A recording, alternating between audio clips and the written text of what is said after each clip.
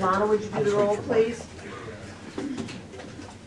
Berry. Here. Brooks. Here. Frizzalone. Gould. Harris. Markham. Eustace. Ogalla. Trainier. Van Dyne. Here. And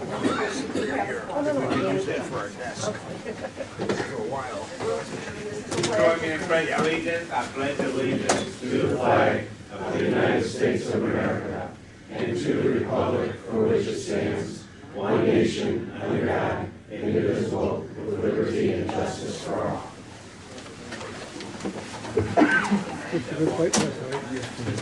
you're in there.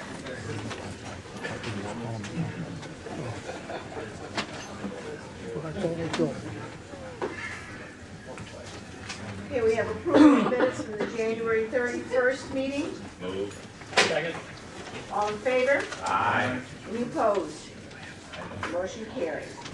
Moving right on to old business, repealing ordinance 1030, amending condition, excuse me, 15 of the citing ordinance 9972 for the Prairie View recycling. Mary, did they do? Yeah, at this time, I'm just going to ask that you remove this from the agenda. We're getting some really mixed messages as to, you know, at what point in time they want to move forward with this. So I think that's the best way to proceed forward.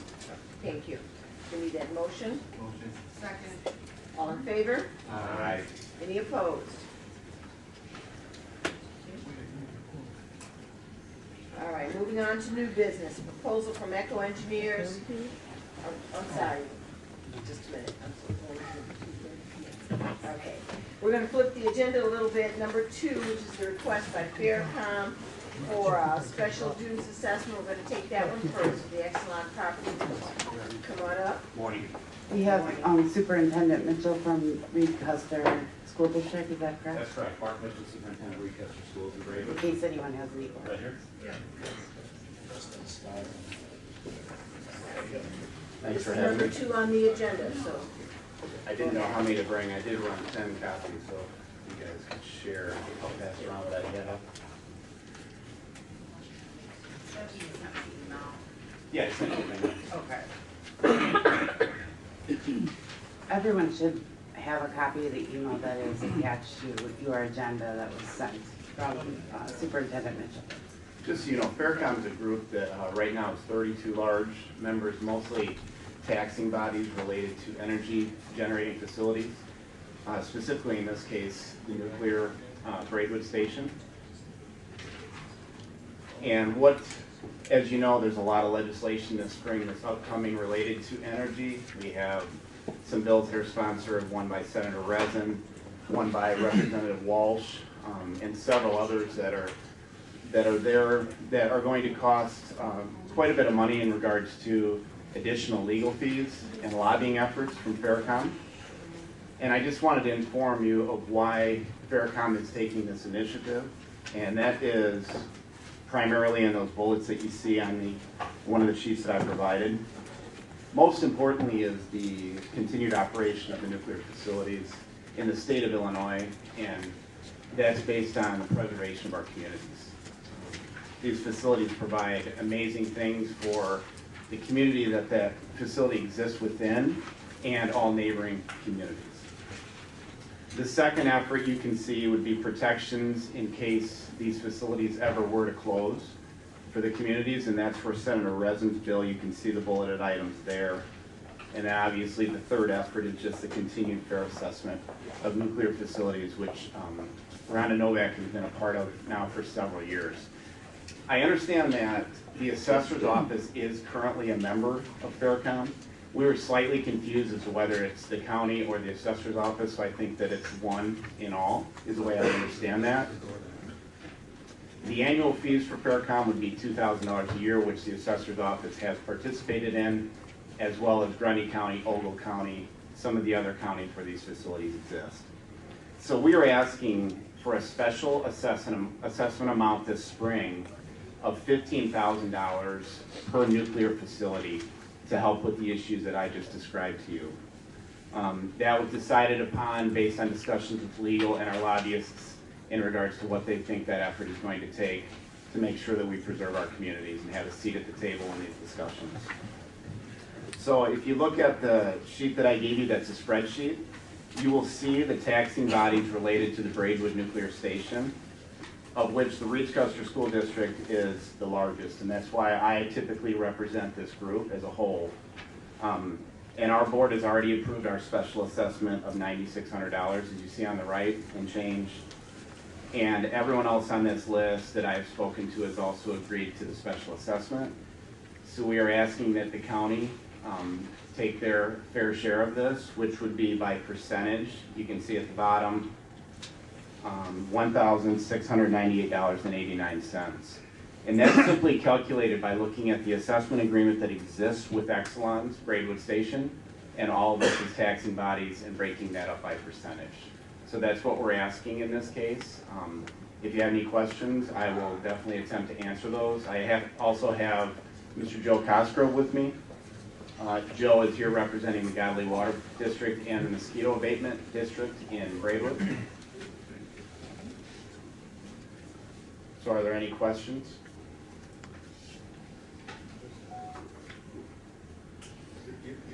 The only question I would have, I noticed with special assessments, but we do negotiate agreements on taxation for the nuclear power plants. And I don't know if this is, I realize this is something a little bit different, but I guess I'm looking at you. Is this going to perhaps impact that agreement or relationship? Or? I'll have to look at it a little more closely. I will say, I don't know if you're proposing like an intergovernmental agreement as to what services will be provided as part of this. I guess I looked at it this morning. I will say it's the first I kind of looked at this, and I just would like to delve into it a little more deeply. I'm not saying that you can't say the state's on the county board, but I would like the opportunity to review it before I comment. I would rather take this slowly, make sure it's fully vetted before we move on. Sometimes I think they're eventually going to kill the golden goose. And it's,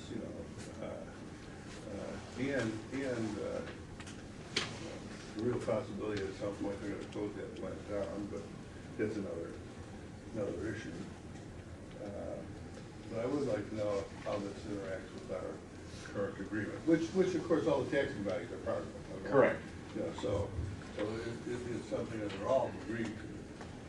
But I'd like to see if this does impact. Joe, John? I don't think it's unreasonable in as much as Grundy County's approved it. I think I've spoken before that Exelon is a very important taxpayer in terms of revenue to Will County. And it's not a question of really of just, our negotiated assessments, but as I understand it, it's really an issue of what's going to happen with this legislation that's coming in this upcoming session, spring.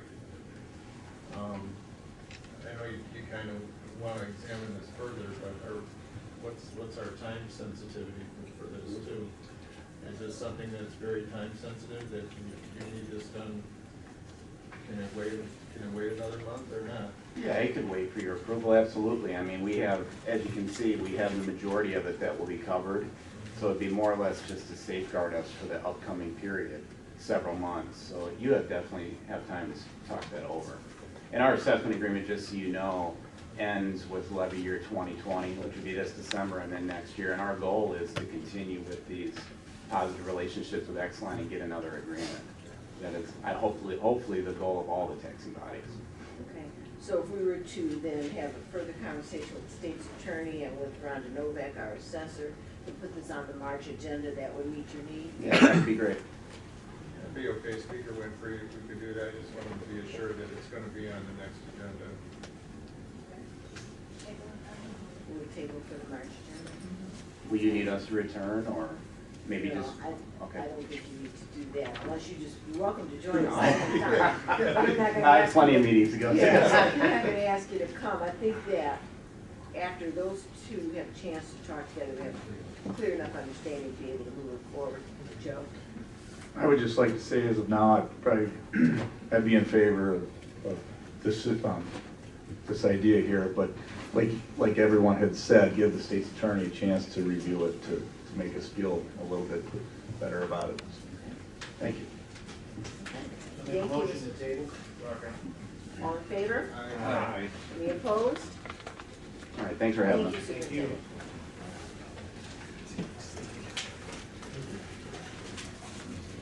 So then we're gonna flip back to number 1, which is a proposal from Echo Engineers. And we know this is coming forward, he had with him Brad Klingman.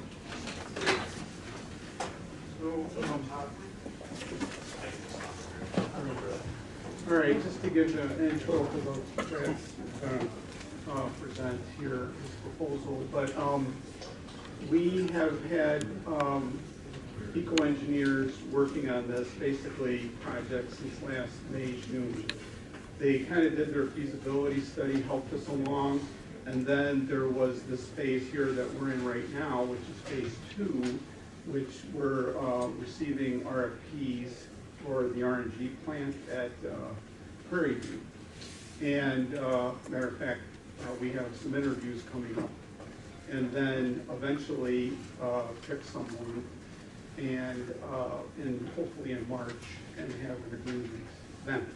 So Brad's and his group have helped us. They are experts at this. They've done many of these types of consulting jobs.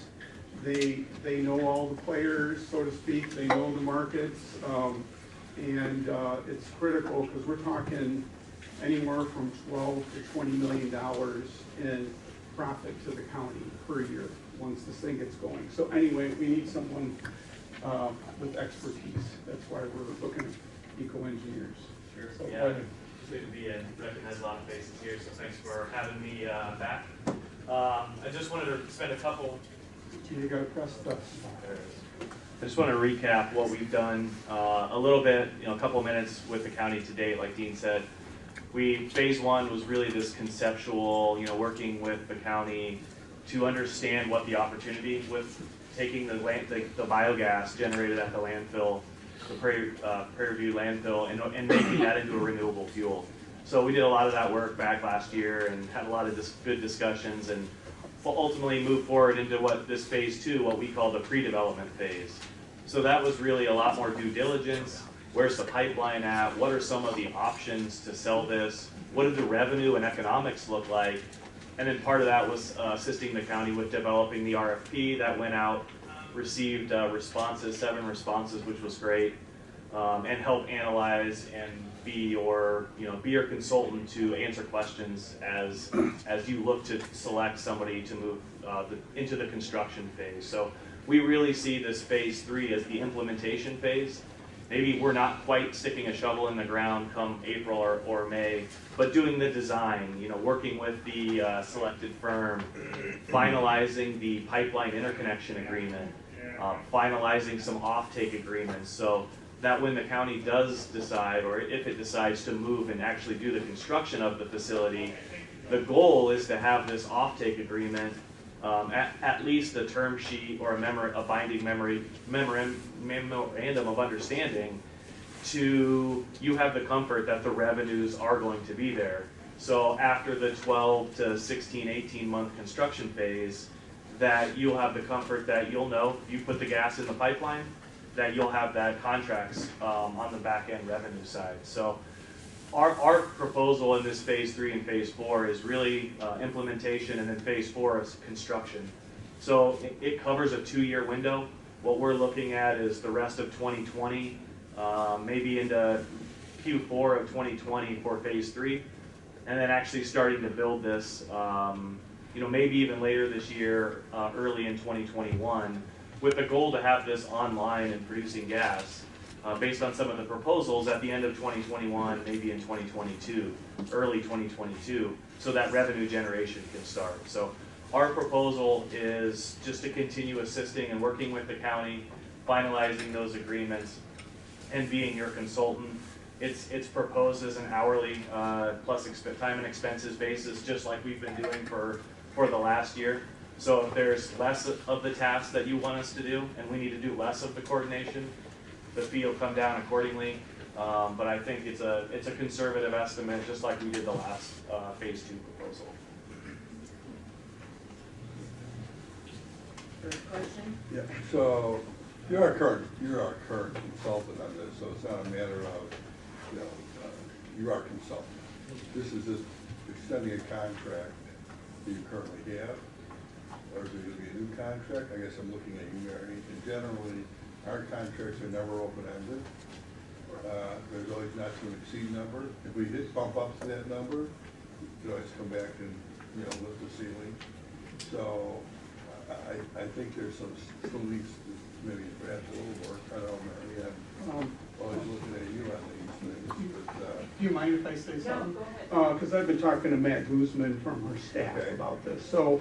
they're all that- states. That's true. So I know Mary's real busy, so I just wanted to make sure. But the master services agreement was negotiated last summer, and that's still in place. So, but phase 2 has now come to its end. That was, and so basically we need to amend, or whatever you want to call it, this agreement to include phases 3 and 4. And so it's the same agreement in terms, but it's going to be a different budget because it's a different budget year as well. I do understand that, so that's why I'm asking. You're already our vendor, so we're extending some of the services, so under the same terms, but there's a monetary part of that contract. And all I'm saying is that all our contracts have a cap on them. If we're going to do it hourly, we still have to say, and then you gotta go through that, hourly, who approves it? You will all approve it? I approve it, and it goes through the normal process, finance and Does it auditors. go to financial Yeah. approval? It goes Well, the through. reason I'm asking is because if you're just approving it, I don't see it as a check and balance within our system. That's what I think, That's what I've been because you're the guy, I mean, you even require the county executive to sign off on it. I mean, I don't know, Are you talking about the contract or the I'm bills? talking about the dollars of the contract. Yes. Well, it goes through the Yeah, I'm normal talking about- process, just like I would approve any other bills and the consulting bills that we've had over the years. So it But goes, when you do, I don't want to interrupt you, but when you're doing hourly, this is sometimes I think the problem with hourly is it's upon you then yes, to verify yes, the hours. I do. I understand. I'm just saying sometimes it becomes a little, I would probably be challenging your hours all the time. Dean does too. I do. So it's not you that I think you don't do. I'm just saying that it's usually, let's look to you, Mary. Should it be a little tighter?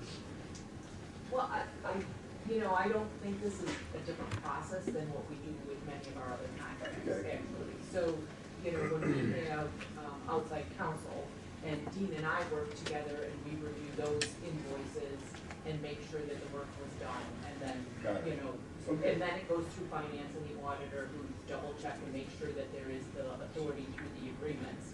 So your office will be involved in that approval? I have Could not if you wanted anticipated to. that, but I could, if you feel more comfortable, I would do that. Well, I'll leave it up to you. I'm just saying that we need to always watch the tape. Right. Yeah, something. I don't want to set unnecessary precedent. However, in the spirit of transparency and just, I think we're gonna be in front of these committees a lot on this issue. So we could develop some reporting purpose just to give you an estimate or kind of where we're at, you know. If there was a spike in a lot of hours, we could keep you abreast of that. I mean, I don't know if we want to bring, you know, line and numbers every committee, but I mean, I think we can keep the committee or the county board leadership, and if like I say, more if there's a spike, then we could come and say, hey, I just want to let the board know we spent a lot more hours because this issue developed or something like that. But I mean, there is some authority you grant to departments, and we keep on top of them. So I don't want to, like I say, but I'm not afraid to keep you abreast of what's going on. So we can.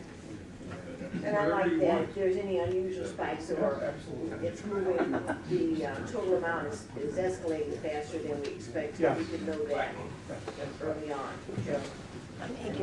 Joe? This question is for Dean. When this project was first presented, I was under the impression that we were putting this on fast track due to the fact that we were burning off, like, I want to say $44,000 worth of gas per day. Are we still on that track? Very much so, very much so. Matter of fact, Brad can probably attest that there are very few projects that he's seen that go this fast. So as much as like from beginning of when we start talking to implementation to what, am I so accurate about that? Definitely, we work with several municipalities, City of Portland, Oregon, Des Moines, Iowa, a lot of bigger ones that have taken 4, 5, 6 years to do these projects. So I think, you know, getting all of this accomplished within a 2.5, 3-year period is a fast track. Just the equipment alone is a 10 to 12 month lead time. That's usually the biggest issue, but I think the county has done a good job of keeping this process moving, and sometimes it doesn't feel, you know, you get bogged down in some of the details, but I think in general it's been very fast. I did just want to say that our proposal does have that not to exceed. I just looking at it, has that not to exceed amount for both phases. And then also, just as a transparency, we provide an invoice of each staff member's breakdown of hours and what they did each month to Dean, because he's requested that level of detail. But yeah, we're happy to follow whatever process the board would like to see from us. Yeah, I think we should, you know, you talked about spikes, but I think it still would be good to have a routine report. Maybe not every month, but every second or third month, so we keep abreast. Because we are doing fast track, but I also will say I've been in, I think, most of the meetings with Eco Engineers and Brad, very impressed with their company. I think if we didn't have them, we wouldn't be where we're at right now on this fast track. They really helped us get on this track, and I think because of them, we'll be able to accomplish this probably faster than anybody else has. And it's not like just any other project, because there's a big win at the end, because now the money starts coming in, pays for the whole project, and we start generating money to save the taxpayers money out instead of burning off gas, like Joe said. Thank you. Appreciate that. I just wanted to say that part of the reason that we have Brad here today is so that the committee can be kept abreast of everything. I think Brad, Dean, and Speaker, and all of leadership, that it's important because it is on the fast track to keep the executive committee abreast of what's going on, because it does seem like it's going fast, and we want to make sure that you have all the details. So, you know, I think Dean could pass along those reports, and we can make those available, and that way everybody can be on the same page. Absolutely. Are there other questions?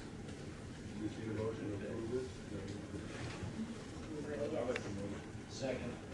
All those in favor? Aye. Any opposed? Thank you. Thank you. In the information we did, that PowerPoint that we did, there is some updated financials too. Okay. So just as a quick update, the RIN price has doubled in the last 14 days or so. So the numbers look a lot better, even better than what we had talked about in the past. So That's why I threw the 20 million.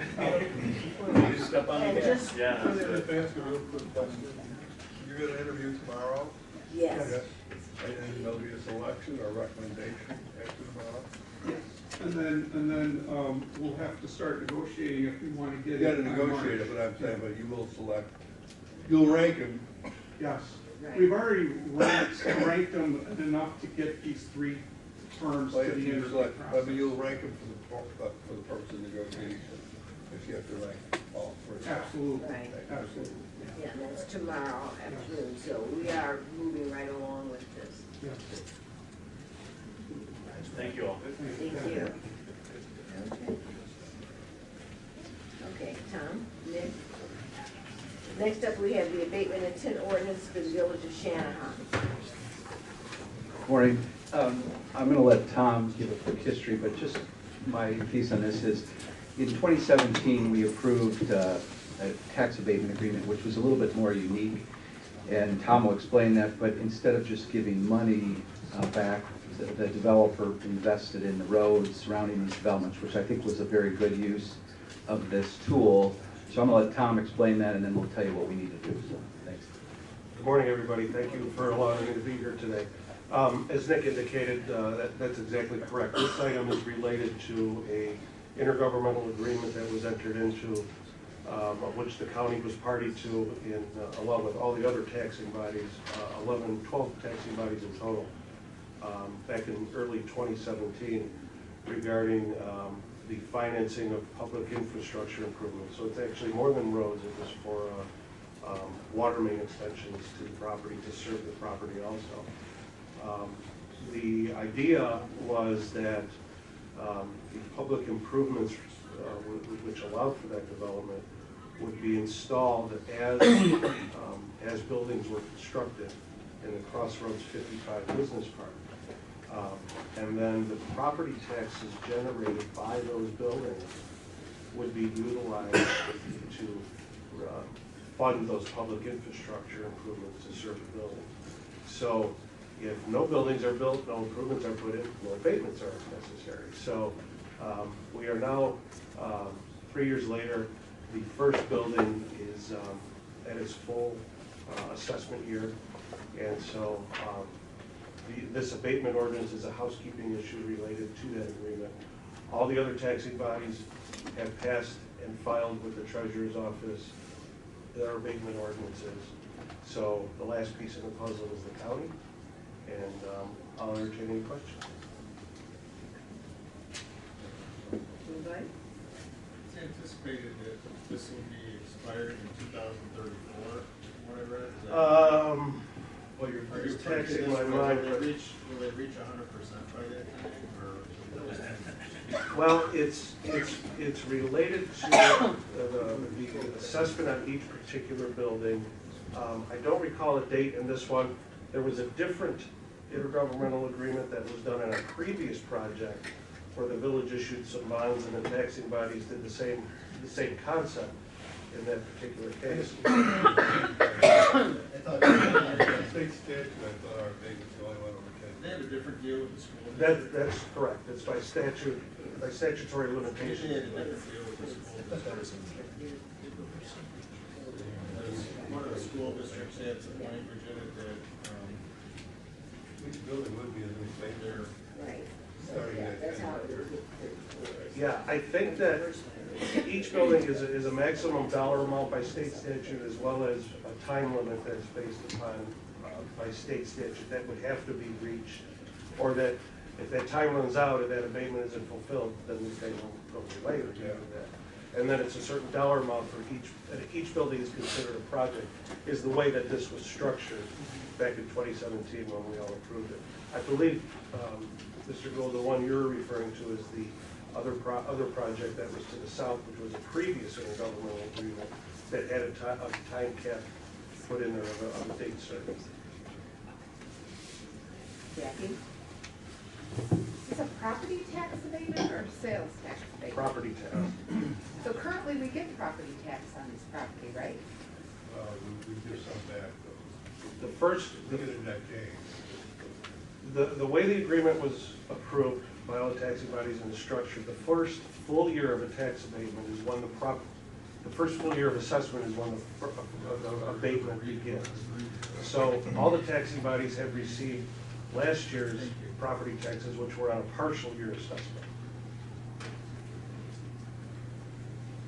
basically all laid out by state statute. You know, it starts out like at 50% and diminishes, but the state statute spell all this out for us. It's not like we can read it.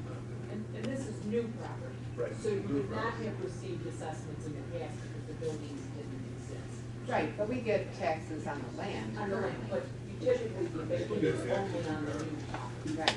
And So this would, Mr. Moses, this is structured a little bit differently because this contemplates 100% tax abatement on each building until that dollar amount associated with those improvements is realized.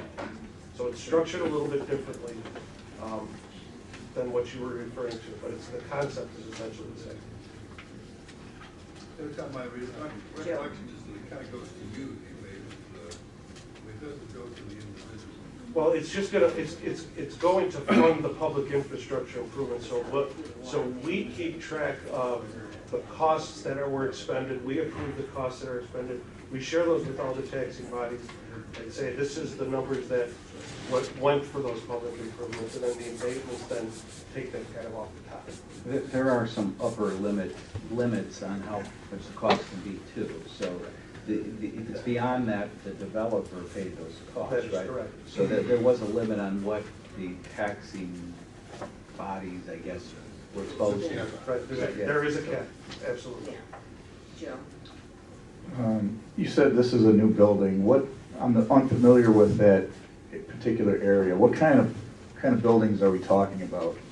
These are industrial, it's an industrial development. So if you're familiar with the area that is south of Route 6, east of Interstate 55, north of Bluff Road, there's some industrial development that's occurring over there. There is, the Crossroads Business Park is approximately 300 acres of property, which would contemplate the construction of up to about 4.5 million square feet of industrial space. There's also some additional buildings in that area that are not subject to any tax abatement that have occurred subsequent to this project. There's a project right along Route 6 that was constructed of a 440,000 square foot building that is not subject to any kind of abatement.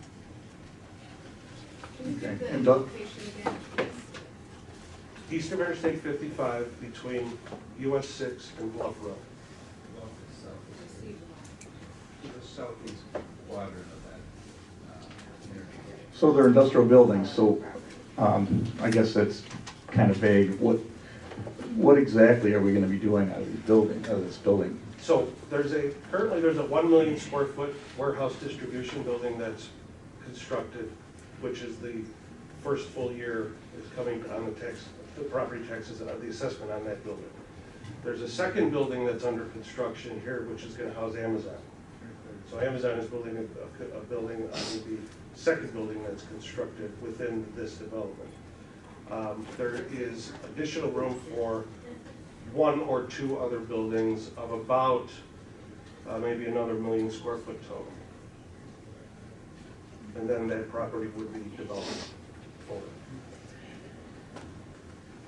If I could just make a comment, and I mean, this is a little off this topic, but I will say this development and these improvements, correct me if I'm wrong, were made to accommodate this because the access was not the ideal access, so it's taking the access a little further.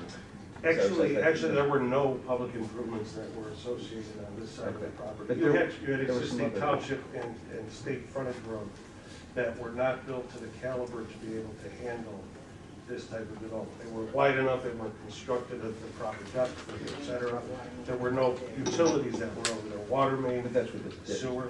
That's what this does, is That's it my point. helps to fund those improvements that make all of that possible in that area. Otherwise, that would not have been possible in there. That was my point, I guess, is that this developer and the village and the partner municipalities, or taxing bodies, I should say, are making these improvements proactively as the development's going in. And Shanahan, to their credit, along with a couple other communities, have really started to spell out where they're going to put their development, which I think is a positive and ties in with, I think, some of our longer term goals of more planned, proactive development. And the last point is we've been looking, I think this was in the legislative committee, Route 6 between 55 and the Hobart Road Bridge as a future improvement that's needed. That's stayed, but still we're pushing for that development because there are these developments and there's residential. So these all kind of, I'm connecting the dots a little bit, but this is where all these things merge together, what we're doing. And Shanahan is doing a good job of trying to plan these developments along the highways and making the improvements with the developers. And this is really not directly, it's taxpayers indirectly, but it's helping. So. Well, it's the taxpayers that are actually going to be going into these properties. It's the buildings that are built in here. We're not taking existing property tax dollars from other areas in the community and fund these improvements. These are coming solely from those buildings being constructed there. So if those buildings are never constructed, there's no abatement regarding it because the public improvements are not being put in. What we took we were very careful to delineate what public improvements were going to be required for this, and that these abatements and all the taxing bodies, the intent was to fund those. It's not funding the construction of a building, it's not funding anything of those, it's funding the public improvements that are necessary to be able to handle that traffic and those needs that are generated by those facilities.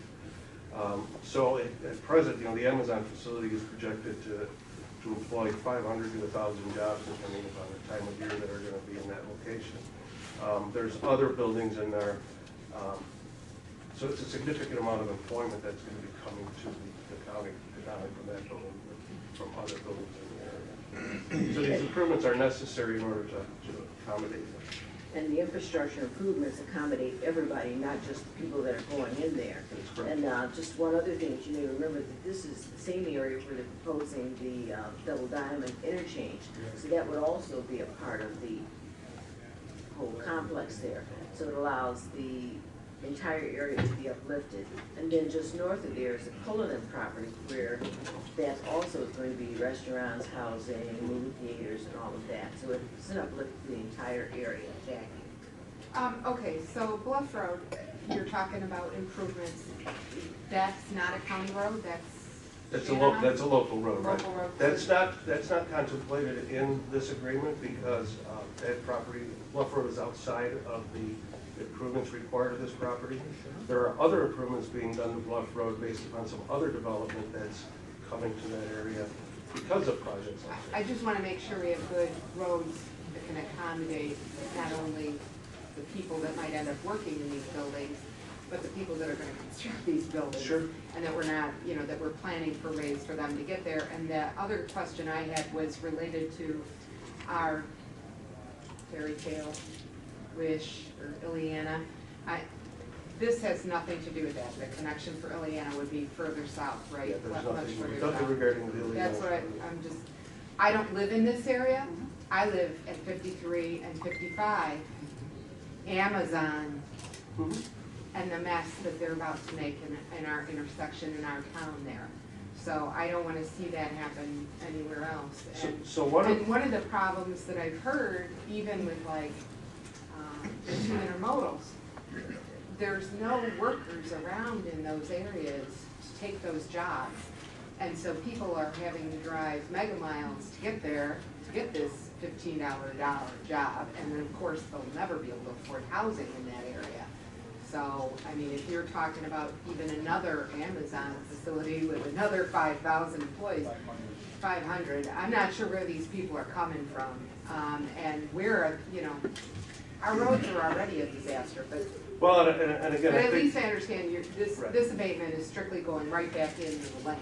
it's going right back into the public infrastructure. improvements associated with that. And one of the other improvements that are being, that is currently under construction is a traffic signal at US Route 6 and the Eastern Frontage Road, which is now Bradley Street. Does 6 have another name? Because it doesn't show up on, I Eames. found it. Eames, it is, okay, thank you. So that traffic signal was about approximately $1.5 million to construct that traffic signal. That's all being upfronted by the development within that area, other properties within that area, and a portion of that is being funded through this too. So that's something that was actually not on the state's radar. We convinced the state that there was a lot of improvements that are coming to this area, and we got the state to go along with allowing that construction to happen actually before it was even warranted, that traffic signal. So that was a proactive implement some necessary public improvements that were, frankly, in my opinion, already needed in the area. But we had the dollars for that through the development. So, and as Nick also indicated too, we've taken a very conscientious approach to where these facilities and this type of development is along the I-55 corridor. And we've limited it to south of Route 6, east of I-55, north of Bluff Road. We've probably said no more times than we've said yes to these types of developments within that area because they do not go along with our long-range plans and vision for the community in that particular area. So we continue to take that approach. Joe? I would just like to say that you can see my hesitation, but I do see that the village of Shanahan, their aldermen, councilmen have all agreed to this. So I'm gonna go along with those elected officials on this one. Thank you. Other questions for Nick and Tom? Can they need that motion? Make a motion to approve. All in favor? Aye. Any opposed? Thank you. Thank you very much. Okay, adoption of successor collective bargaining agreement between County Will County Board of Health, and AFSCME 1028. Is that you, Sue? I see you back there. Are there any questions on that? You want to look through the packets? Were there any questions? Looks like not. Motion? Move. Second. All in favor? Aye. Any opposed? Motion carries. Authorizing the county executive to negotiate and execute professional services agreement for 2024 HUD consolidated plan and 2020 action plan. Motion? All in favor? Aye. Any opposed? All right, motion carries. Authorizing the county executive to negotiate and execute professional services agreement. I'm on the same one. Authorizing the county executive to execute an intergovernmental agreement between the county of Will and Entitlement County and the city of Joliet, a metropolitan city. On motion? All in favor? Aye. Any opposed? Motion carries. Authorizing contributions to United Way. All in favor? Aye. Any opposed? Motion carries. Awarding bid for farmlands, or farm lease rather, for agricultural purposes on approximately 50 acres of county landfill property. Motion. All in favor? Aye. Any opposed? Motion carries. Authorizing the county executive to execute an intergovernmental agreement between the village of Homer and the county of Will for one-day household hazardous waste cleanup event. Second. All in favor? Aye. Any opposed? Awarding bid for electronics recycling. Second. All in favor? Aye. Any opposed? Authorizing the county executive to execute an intergovernmental agreement between Wilmington and Will for electronics recycling. Motion. Second. All in favor? Aye. Any opposed? All right. Authorizing the county executive to execute an intergovernmental agreement between Manhattan and Will for electronic recycling. Second. All in favor? Aye. Any opposed? Okay. Replacement hires for the ICT department. This is for a programmer. Second. All in favor? Aye. Any opposed? Another replacement hire. This is for an infrastructure tech. Second. All in favor? Aye. Any opposed? Replacement hires for Sunny Hill. Motion. Second. All in favor? Aye. Any opposed? Okay. And we have some proclamations. Mike, Mark, we have. We're honoring Marky Wood, so we're Yeah. invited all former board members to attend, recognizing Ron on his retirement, Ron Coleman from the Land Use Department. There will be an award presented to Jim Glasgow by the Defense Fund, recognizing the 100th anniversary of the League of Women Voters, and then recognizing February as voters. Got that, and then we have appointments by the county executive.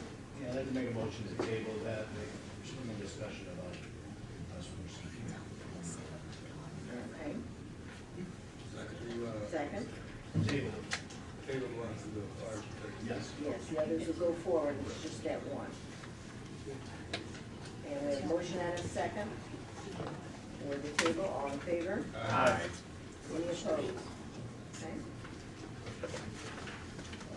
Okay. All right, move to the committee reports, land use and development. Finance. The next finance committee meeting is going to be in April, so any finance-related items will be discussed at the, for March, we will discuss at the executive meeting on March 5th. So for the regular scheduled meeting, will resume in April. Okay, thank you. Public Works. Okay. And then we have judicial. I will have something for judicial for once. I just want to let everybody know that the expungement fair, the second annual one, is going to be June 13th, Saturday, from 10 a.m. to 4 p.m. So if you could get the word out to your constituents or anybody who might need this service, there is a pre-registration which needs to be completed by April 1st, and you can email all of your application to the circuit clerk's office at circuitclerk@countyillinois.com. And just adding to that, we have plenty of the posters and smaller sheets of those. So please feel free to take those, post them in your area so that we get as many people in as possible, because there is not a cap this time. We'll take anybody who gets their paperwork, or gets their information in, Janet. Yeah, is Amanda, I'm actually gonna, I guess, Amanda, she brought it up in relation to judicial and certain reporting. Did she talk to you at all about this? She talked like public health. She brought it up at the meeting about having the, someone from the sheriff's office, come to the committee, but under the rules, as far as reporting goes, the sheriff's office fell under the judicial committee and not under public health and safety. You know, I guess what I'm asking is maybe, she could explain it further. I mean, I think she wanted to get certain statistics on I hate to use the word crime statistics, but, you know, incident statistics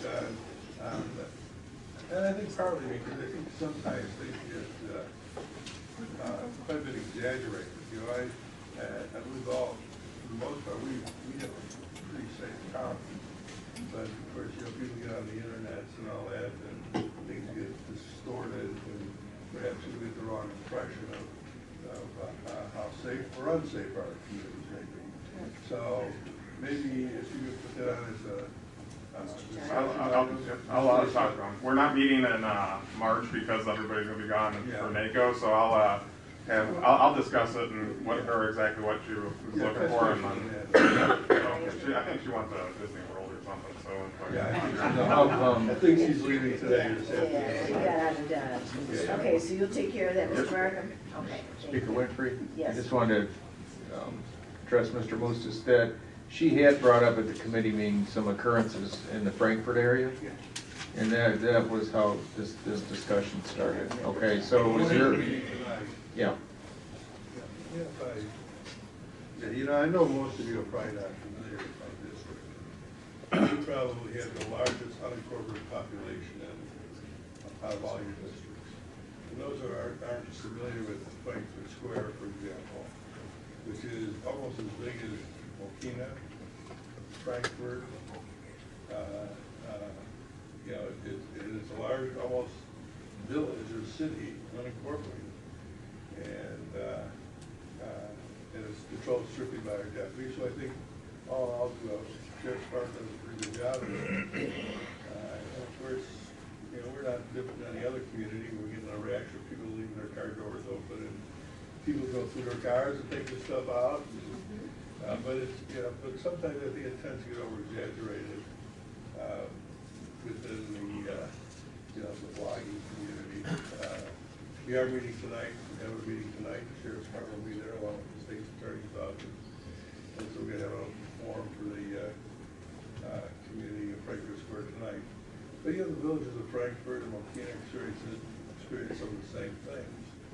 But I think our sheriff's department does a pretty good job, and we were pretty safe communities. I think our violent crimes are probably almost next to nothing.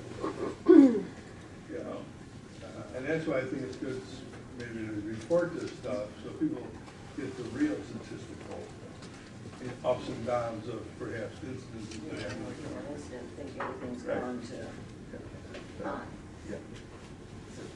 And like I said, I went to Franklin Square. We have Harbury Hills, which is unincorporated. Like it's like it's a dead subdivision. It's unincorporated. So Sheriff's Department, my district is probably a little bit more important than some of the other districts. Thank you. Public health and safety? We have no resolution this month, speaking of Okay, thank you. Legislative? We have the legislative agenda to bring forward for the state for approval. Okay, thank you. So please take a look.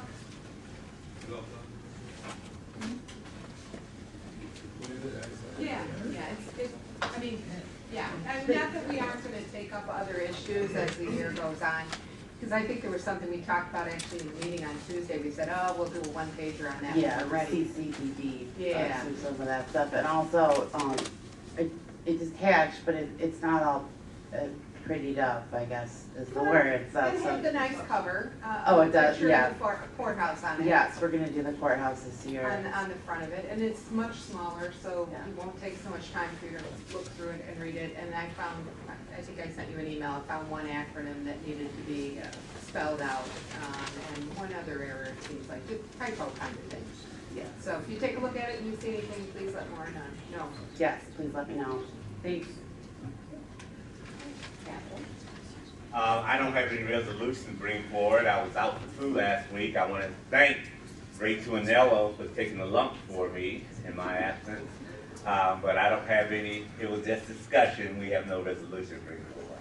Thank you. And an executive committee, you've heard before, but I'll just remind everyone that at the committee meeting on the 20th, we will have a memorial service at the beginning of the program for Margie Woods. We've invited a number of people who have served with her before to come and participate in that. So that'll be at the very beginning of the program. And Floyd Weaker, her husband, will be with us, and possibly some other family members. So we wanted to do that and recognize the time she's been on this board and the work she's supporting this community. So I want to acknowledge that. That'll be at the front of the meeting. We have only the two resolutions. One is on repealing ordinance 1030 on the citing. Right. That one. And then the other one is authorizing the county executive to execute the tolling agreement. We need to do. I think we're good to go. Okay, so we're good with that one. Okay. Okay, so first one will be it. First will be removed, the second one is all good. And that's all that I have. We table the appointment. Do we have any comments from the public? Public. Third time, public. Okay. Board members. Very good. Okay. And I think that's all that we have today. We can move on. Thank you. Second. All in favor? Aye. Gary, do we have anything else that needs to come from opinion? So unless anyone has something else, I'll. To adjourn. I did. All in favor? Aye. All right. We are, we stand adjourned.